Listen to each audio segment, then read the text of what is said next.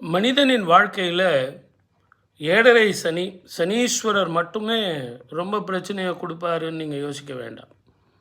அப்போ ராகுதசை சார், ராகுதசை மட்டுமே கொடுப்பாருன்னு நீங்கள் நினைக்க வேண்டாம்.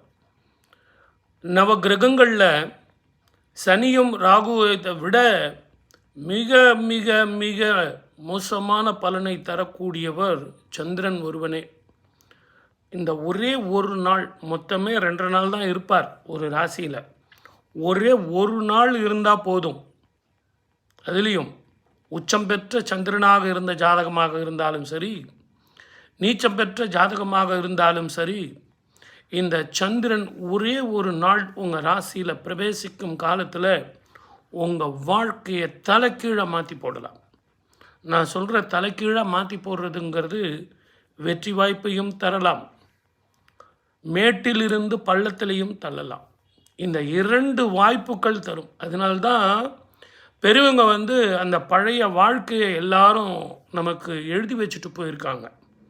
அவங்கெல்லாம் இப்படி கஷ்டப்பட்டுருக்காங்கப்பா, அவங்கெல்லாம் இப்படி சாதிச்சுருக்காங்க, அவங்கெல்லாம் இப்படி வெற்றி பெற்றிருக்காங்க. அதற்கான காரண காரியங்கள் என்ன அப்படின்னா, அவங்க என்ன செஞ்சாங்க, அந்த டைமில் அவங்களுக்கு எப்படிப்பட்ட கிரகங்கள் இருந்தது, அந்த கிரகங்கள் அவங்களுக்கு எப்படிப்பட்ட புத்தியை கொடுத்தது, முன்னாடி எப்படி அவர்கள் சில தவறுகளை செஞ்சாங்க, அந்த கிரகத்தினுடைய தாக்கம் என்ன, அந்த தாக்கத்தினால அவங்க அடையக்கூடிய பலன்கள் என்ன அப்படிங்கிறதான் அதை தெரிஞ்சு செய்கிறாங்க, தெரியாமல் செய்கிறாங்க. இதையெல்லாம் விளக்குவது தான் அந்த முன்னாடி நமக்கு இருக்கிற அந்த முன்னோர்களுடைய வாழ்க்கை. அதை தான் இதிகாசமாக நமக்கு எல்லாரும் கொடுத்தாங்க.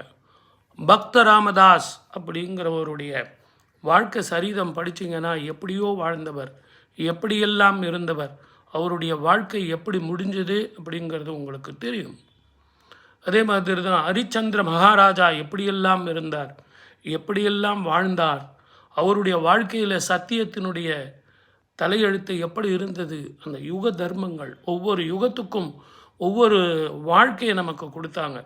இதெல்லாம் நம்ம எதுக்கு நான் இப்போ இதை சொல்கிறேன் அப்படின்னு கேட்டிங்கன்னா, நவ கிரகங்களில் சந்திரன் அந்த அளவுக்கு பலம் பெற்றவன். நம்ம ஏதோ சாதாரணமாக நினைக்கிறோம், நவகிரகத்துக்கு போனால் குருவுக்கு பூஜை பண்ணுறோம், ராகுவுக்கு பூஜை பண்ணுறோம், செவ்வாய்க்கு பூஜை பண்ணுறோம், சனீஸ்வரருக்கு பூஜை பண்ணுறோம், தான தர்மங்கள் பண்ணுறோம், ஹோமம் பண்ணுறோம். ஆனால் வாழ்க்கையில் கவனிக்க வேண்டியது சந்திரன் அப்படிங்கிற மிகப்பெரிய ரகசியம். அந்த சந்திரனும் நம்ம கண் எதிரில் தெரிகிறான். அந்த கண் எதிரில் தெரிகிற சந்திரனை வழிபடுறதில்ல. அந்த சந்திரனை வழிபட்டால் புத்தி கரெக்டாக இருக்கும், வாழ்க்கை கரெக்டாக இருக்கும்.